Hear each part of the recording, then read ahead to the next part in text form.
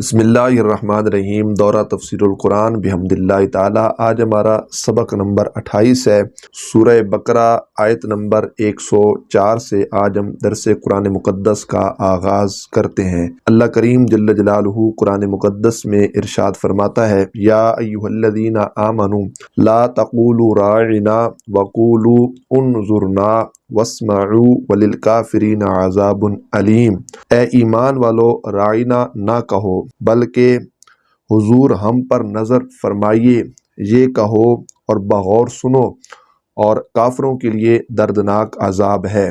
آیت کریمہ کا شان نزول اس انداز کے ساتھ ہے کہ اللہ کے حبیب صلی اللہ علیہ وآلہ وسلم اصحاب رسول رضوان اللہ تعالی علیہم اجمعین کو جب کچھ تلقین فرماتے، واعظ و نصیحت فرماتے، تو وہ صحابہ کرام رضوان اللہ تعالی علیہم اجمعین کبھی کبھی حضور علیہ السلام کے وہ جو کلام ہوتا تھا، اللہ کے حبیب علیہ السلام کا وہ جو واعظ و نصیحت ہوا کرتا تھا، اس کے درمیان میں اصحاب رسول عرض کرتے، رائنا، اے اللہ کے حبیب علیہ السلام رعایت فرمائیے، یا اس کا معنی یہ ہے کہ ہمارے حال کی رعایت فرمائیے، مطلب کلام اقدس کو اچھی طرح سمجھ لینے کا موقع دیجئے یا دوبارہ سمجھا دیجئے۔ جس طرح طلباء کسی بھی استاد سے پڑھتے ہیں اور یہ بات کہہ دیتے ہیں، استاد جی دوبارہ سمجھائیے، استاد جی ہماری کیفیت کو دیکھیے، استاد جی دوبارہ سمجھا دیں، مطلب صحابہ کرام رضوان اللہ تعالی علیہم اجمعین صرف اتنا کہتے۔ اب یہودیوں نے کیا کیا کہ انہوں نے اس کلمے کا بڑا عجیب انداز کے ساتھ استعمال کیا۔ بعض مفسرین نے کہا کہ وہ تھوڑا نا عین کے نیچے زور دے کر پڑھا کرتے تھے، رعینا اس طرح کر کے پڑھا کرتے تھے، اور بعض نے کہا کہ صرف وہ پڑھتے رعینا تھے، راعینا، لیکن اس کے مفہوم کو وہ غلط انداز کے ساتھ اپنے ذہن کے اندر اس چیز کو لے آتے اور وہ اس کے معنی کو درست نہ سمجھا کرتے تھے۔ مفسرین کہتے ہیں ہر وہ لفظ جس کے دو معنی ہو، ایک معنی اچھے حوالہ سے ہو اور دوسرا معنی اس کا برے انداز کے ساتھ ہو، جس طرح لفظ مشترک، لفظ ایک معنی اس کے دو ہو، تو اسی طرح لفظ ایک لیکن اس کے دو مختلف معنی ہوں۔ اور مفسرین کہتے ہیں کہ برے معنی کی طرف کبھی ذہن جاتا ہو اور تو وہ اللہ اور اس کے رسول صلی اللہ علیہ وآلہ وبارک وسلم کے لیے پھر وہ لفظ استعمال بھی نہ کیے جائے۔ اب یہودیوں نے بھی ایسا کیا کہ ذہن کے اندر برا معنی تھا، اس کو اللہ کے حبیب علیہ السلام کے لیے استعمال کرتے۔ سعد بن معاذ رضی اللہ تعالیٰ عنہ یہ یہودیوں کی اصطلاح سے بخوبی واقف تھے، ان کی اصطلاح کو سمجھنے والے تھے۔ آپ نے ایک روز یہ کلمہ ان کی زبان سے سنا اور آپ نے فرمایا، اے دشمنان خدا، تم پر اللہ کی لعنت ہو، اگر میں نے اب کسی کی زبان سے یہ کلمہ سنا تو میں اس کی گردن کو اڑا دوں گا۔ اللہ اکبر۔ یہودیوں نے کہا، آپ ہم پر تو برہم ہوتے ہیں، لیکن یہی رائنا آپ کے جو مسلمان لوگ ہیں وہ بھی اس کو اسی طرح استعمال کرتے ہیں، وہ بھی رائنا کہتے ہیں، ہم بھی رائنا کہتے ہیں، آپ ہمیں دھمکیاں دیتے ہیں، مسلمانوں کو کیوں کچھ نہیں کہتے؟ تو سعد بن معاذ رضی اللہ تعالیٰ عنہ رنجیدہ ہو کر، غمگین ہو کر، دکھی ہو کر اللہ کے حبیب صلی اللہ علیہ وآلہ وسلم کی خدمت اقدس میں جب حاضر ہوئے، اللہ رب العزت نے جبریل امین علیہ السلام سے فرمایا، یہ لفظ لے کر جاؤ۔ فرمایا یہ آیت اس وقت نازل ہوئی کہ جس میں اللہ کے حبیب علیہ السلام نے فرمایا، اے ایمان والو، اب رائنا نہیں کہنا، جب بھی کوئی بات اللہ کے حبیب علیہ السلام سے پوچھنی ہو تو کہنا ہے انظرنا، اے اللہ کے رسول علیہ السلام نظر کرم فرمائیے، آپ نظر کرم فرمائیے ہمارے اوپر۔ اس کے بعد اصحاب رسول اہل ایمان رضوان اللہ تعالی علیہم اجمعین کے لیے باقاعدہ طور پر کہا گیا کہ تم نے لفظ رائنا نہیں کہنا۔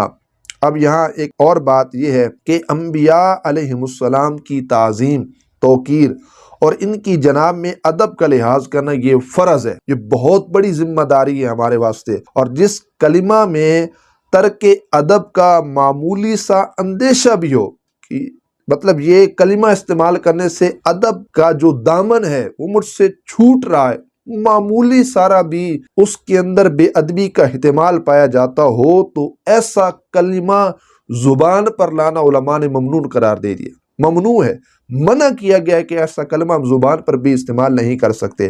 اور اس واسطے یہ کہا گیا کہ اللہ کے حبیب علیہ السلام کی بارگاہ میں جب بھی عرضی کرنی ہے نا کہنا انظرنا یا رسول اللہ، اے اللہ کے حبیب، اے اللہ کے رسول علیہ السلام، ہمارے اوپر نظر کرم فرمائیے، خصوصی توجہ ہمارے اوپر فرمائیے۔ واسمعوا، اور کہا گیا کہ کیا کرو، کلام کو توجہ کے ساتھ سنیں، خوبصورت انداز کے ساتھ اس کلام کو سنو۔ پھر کہا گیا وللکافرین عذاب علیم، کافروں کے لیے یعنی یہودی جو اللہ کے حبیب صلی اللہ علیہ وآلہ وسلم کی توہین کر رہے ہیں اور ان کے بارے میں بے ادبی والے لفظ جو ہیں ان کو استعمال کر رہے ہیں، تو ان یہودیوں کے لیے دردناک عذاب ہے۔ آج دنیا کے اندر انہوں نے اللہ کے حبیب علیہ السلام کے لیے ایسے معنی کا اور ایسے الفاظ کا استعمال کیا، تو ان کے لیے کیا ہے جی، دردناک عذاب ہے۔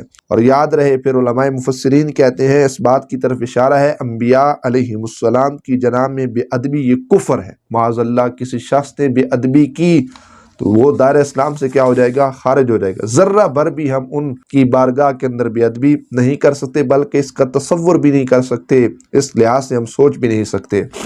اللہ کریم جل جلالہ قرآن مقدس میں ارشاد فرماتا ہے ما یود الذین کفروا من اہل الکتاب وللمشرکین ان ينزل علیکم من خیر من ربکم واللہ یختص برحمتہ من یشاء واللہ ذو الفضل العظیم۔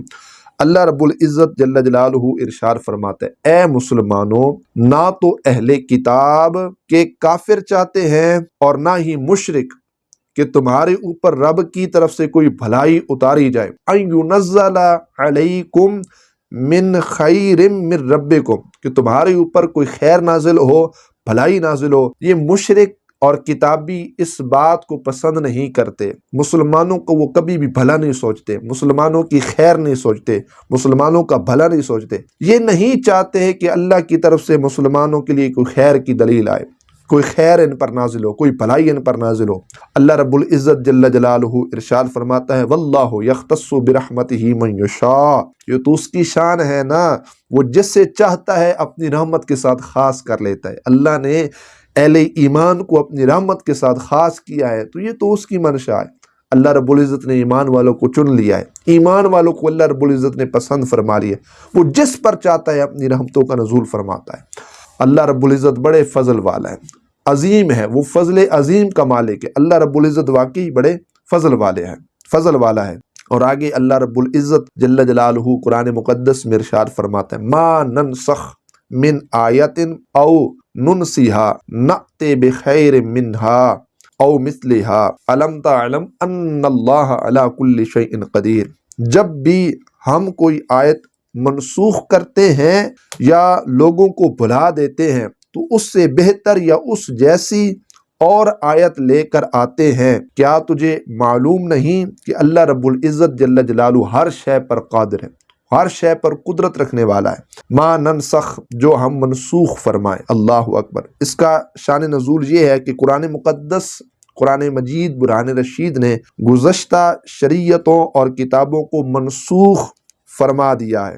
اب یہ ہے کہ اب اللہ کے حبیب علیہ السلام جب اس کائنات عالم کے اندر تشریف لے کر آئے، اب کوئی شخص یہ کہنا کہ میں انجیل پر ایمان رکھتا ہوں، تورات پر ایمان رکھتا ہوں، زبور پر ایمان رکھتا ہوں، اس کا ایمان قابل قبول نہیں ہوگا۔ وجہ یہ ہے کہ وہ جو پیچھے شریعتیں تھی انبیاء علیہ السلام کی، وہ منسوخ ہوگی۔ اب یہ نہیں کہ اب کوئی یہ کہے کہ میں انجیل پر ایمان رکھتا ہوں، تورات کو مانتا ہوں، زبور کو مانتا ہوں، قرآن کا انکار کرے گا تو وہ ایمان والا نہیں ہے۔ اب ضروری بات یہ ہے کہ وہ تمام جو احکامات تھے وہ منسوخ ہو چکے ہیں۔ اب اللہ کے حبیب علیہ السلام کی شریعت، اس پر ایمان لانا انتہائی ضروری ہے۔ اللہ کے حبیب صلی اللہ علیہ وآلہ وسلم پر ایمان لانا ضروری ہے۔ حضور علیہ السلام کی نبوت اور رسالت کا اقرار اور آپ کی نبوت پر ایمان لانا، رسالت پر ایمان لانا، یہ انتہائی ضروری ہے۔ ہاں یہ بات ضرور ہے کہ جو کتب اور صحائف اللہ رب العزت جل جلالہ کی طرف سے نازل کیے گئے انبیاء علیہ السلام پر، ہم مانتے ضرور ہیں، ان کا انکار نہیں کرتے، ان پر ہمارا ایمان ہے۔ ذرہ بھر بھی ہمارے ذہن کے اندر کوئی ایسی ویسی بات آئی تو ہمارا ایمان ہم سے دور ہو جائے گا، ہم ایمان سے خالی ہو جائیں گے، ایمان ہم سے نکل جائے گا۔ ایمان ضرور ہے ان کتابوں پر، وہ زبور ہو، وہ انجیل ہو، وہ تورات ہو، وہ صحائف ہوں، لیکن جو احکامات ہیں اب وہ احکامات قرآن مقدس کے ہی مانے جائیں گے، اور وہ جو ہمارا ایمان قابل قبول ہوگا وہ ہوگا اللہ کے حبیب علیہ الصلوۃ والسلام پر جب ہم اپنا جو ہے نا ایمان لے کر آئیں گے، تب ہمارا ایمان جو ہے وہ اللہ رب العزت کی بارگاہ میں مقبول و قبول ہوگا۔ اللہ اکبر۔ تو قرآن کریم نے گزشتہ شریعتوں اور کتابوں کو منسوخ فرمایا تو کفار کو بڑی وحشت ہوئی، بڑی تکلیف ہوئی انہوں نے اس پر اعتراضات کرنا مختلف انداز کے ساتھ شروع کر دیے۔ اس پر یہ آیت مبارکہ نازل ہوئی اور بتایا گیا منسوخ بھی اللہ رب العزت کی طرف سے ہے اور ناسخ بھی اللہ رب العزت جل وعلا کی طرف سے ہے، دونوں عین حکمت ہیں، اور ناسخ کبھی منسوخ سے زیادہ آسان اور نفع بخش ہوتا ہے، لہذا قدرت الہی پر یقین رکھنے والے کو اس میں تردد کی کوئی گنجائش نہیں ہے، اس میں شک کی کوئی گنجائش نہیں ہے۔ اور پھر یہ کہا گیا کائنات میں مشاہدہ کریں، آپ نظارہ کریں، کائنات کو دیکھیں، اس کی بہاروں کو دیکھیں۔ اللہ رب العزت جل جلالہ نے دن سے رات کو، اسی طرح گرما سے سرما کو، جوانی سے بچپن کو، بیماری سے تندرستی کو، بہار سے خزاں کو منسوخ جو ہے نا فرماتا ہے، اللہ ان کو منسوخ فرماتا ہے۔ یہ تمام نسخ و تبدیل اس کی قدرت کے دلائل ہیں۔ تو ایک آیت، ایک حکم کے منسوخ ہونے میں پھر کیا تعجب ہے؟ پھر کہا گیا کفار کا اعتراض اس حوالے سے تو جہالت پر مبنی ہے، وہ ان کے پاس سمجھ نہیں ہے، کم فہمی سمجھو، اس پر یہ تو مبنی ہے۔ لیکن اہل کتاب کو کیا ہو چکا ہے؟ حالانکہ اہل کتاب اس آیت پر کس لحاظ کے ساتھ اعتراض کر سکتے ہیں؟ کیونکہ حضرت آدم علیہ السلام جو اللہ کے پاک پیغمبر ہیں، اللہ رب العزت کے پاک نبی ہیں، ان کی شریعت کے بہت سے احکامات وہ منسوخ مانتے ہیں۔ اہل کتاب کو بھی علم ہے آدم علیہ السلام کی شریعت کے بہت زیادہ احکامات منسوخ ہو چکے ہیں۔ تو کیا یہودی اس بات کو نہیں جانتے؟ وہ کون سے ہیں؟ جس طرح ان کی شریعت میں بھائی کا بہن کے ساتھ نکاح جائز تھا، جو ہی یہودیوں سے پہلے ہفتہ کے دن دنیاوی کام حرام نہ تھے، ان پر حرام ہوئے، نیز تورات میں حضرت نوح علیہ السلام کی امت کے لیے تمام جانور حلال تھے، جبکہ حضرت موسیٰ علیہ السلام پر بہت سے حرام کر دیے گئے، اور ان تمام چیزوں کے ہوتے ہوئے نسخ کا انکار کس طرح ممکن ہے؟ تو لہٰذا یہودی تو اس بات کو بخوبی جانتے ہیں، پھر اس طرح ان کو کسی حوالے سے جھگڑنا نہیں چاہیے۔ اور دو باتیں یہاں پر کہ جس طرح کوئی آیت دوسری آیت سے منسوخ ہوتی ہے، اسی طرح حدیث متواتر بھی آیت سے کیا ہو جاتی ہے جی؟ منسوخ ہو جاتی ہے۔ ایک آیت دوسری آیت سے منسوخ ہو جاتی ہے۔ تو اسی طرح ایک دوسری بات یہ ہے، کبھی صرف تلاوت منسوخ ہوتی ہے اور کبھی صرف حکم منسوخ ہوتا ہے۔ آیت وہیں پر رہتی ہے، اس کو پڑھتی بھی، اس پر ثواب بھی ملتا ہے، لیکن اس کا جو حکم ہوتا ہے وہ منسوخ ہو جاتا ہے۔ اور کبھی تلاوت و حکم دونوں منسوخ ہو جاتے ہیں، تلاوت کی جائے اور اس کا حکم منسوخ۔ اس میں مختلف ہیں، تقریباً 20 کے قریب جو ایسی آیات بینات قرآن مقدس میں موجود ہیں جن پر ہمارا ایمان ہے، جن کو ہم مانتے ہیں، ایکسیپٹ کرتے ہیں، جن کو ہم پڑھتے ہیں، ثواب بھی ہے، لیکن اس کے جو احکامات ہیں وہ منسوخ ہو چکے ہیں۔ اب اس کا وہ حکم نہیں رہا، پہلے تھا، اب اس کا حکم نہیں رہا۔ اسی طرح کہا جاتا ہے کہ کبھی تلاوت اور حکم دونوں منسوخ ہو جاتے ہیں، تلاوت بھی منسوخ اور اس کا حکم بھی منسوخ ہو جاتا ہے۔ بہقی شریف میں ایک انصاری صحابی رات کو تہجد کے لیے اٹھے، سورہ فاتحہ کے بعد جو سورت وہ ہمیشہ پڑھا کرتے تھے اس کو پڑھنا چاہا، لیکن بالکل یاد نہیں آئی، ذہن کے اندر وہ نہیں آ رہی، بار بار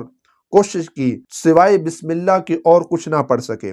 صبح کو دوسرے اصحاب رسول رضوان اللہ تعالیٰ علیہ مجمعین سے اس کا ذکر کیا کہ میں بوقت تہجد اٹھا، میں نے سورت پڑھنا چاہی لیکن سورت مجھے یاد نہ آئی، صرف بسم اللہ پڑھتا رہا، اس کا جو ہے نا اس کی کیا وجہ ہے، اس میں کیا حکمت ہے، اس میں کیا راز ہے، آخر مجھے سورت یاد کیوں نہ آئی؟ ان حضرات نے فرمایا، اصحاب رسول رضوان اللہ تعالیٰ علیہ مجمعین نے، کہ ہمارا بھی یہی حال ہے، وہ سورت ہمیں بھی یاد تھی، اب ہمارے حافظے کو پتہ نہیں کیا ہو چکا ہے کہ وہ سورت ہمیں یاد نہیں آ رہی۔ سب نے بارگاہ رسالت مآب صلی اللہ تعالیٰ علیہ وآلہ وسلم میں یہ ساری بات عرض کی، اے اللہ کے حبیب صلی اللہ علیہ وآلہ وسلم، یہ ماجرا ہے، وہ سورت تھی وہ ہمیں یاد نہیں آ رہی۔ اللہ کے حبیب صلی اللہ علیہ وآلہ وسلم آپ نے فرمایا، آج رات وہ سورت اٹھا لی گئی اور اس کے حکم اور تلاوت دونوں جو ہیں وہ منسوخ ہوئے، جن کاغذوں پر لکھی گئی ان پر نقش تک باقی نہ رہے۔ اس حدیث پاک سے بھی معلوم ہو گیا کہ بعض دفعہ یہ ہوتا ہے کہ تلاوت کی جو آیت ہوتی ہے وہ آیت بھی منسوخ ہو جاتی ہے، اس کا حکم بھی منسوخ ہو جاتا ہے۔ بعض دفعہ تلاوت کی جاتی ہے، آیت رہتی ہے، لیکن اس کا صرف حکم جو ہوتا ہے وہ منسوخ ہو جاتا ہے۔ یہ درس قرآن مقدس آیت نمبر 106 تک ہمارا مکمل ہوا۔ اللہ رب العزت جل جلالہ عمل کرنے کی توفیق نصیب فرمائے، اور اللہ تبارک و تعالی جل جلالہ ہم سب کو قرآن مقدس کا فہم نصیب فرمائے۔ وآخر دعوانا ان الحمد للہ تعالی رب العالمین۔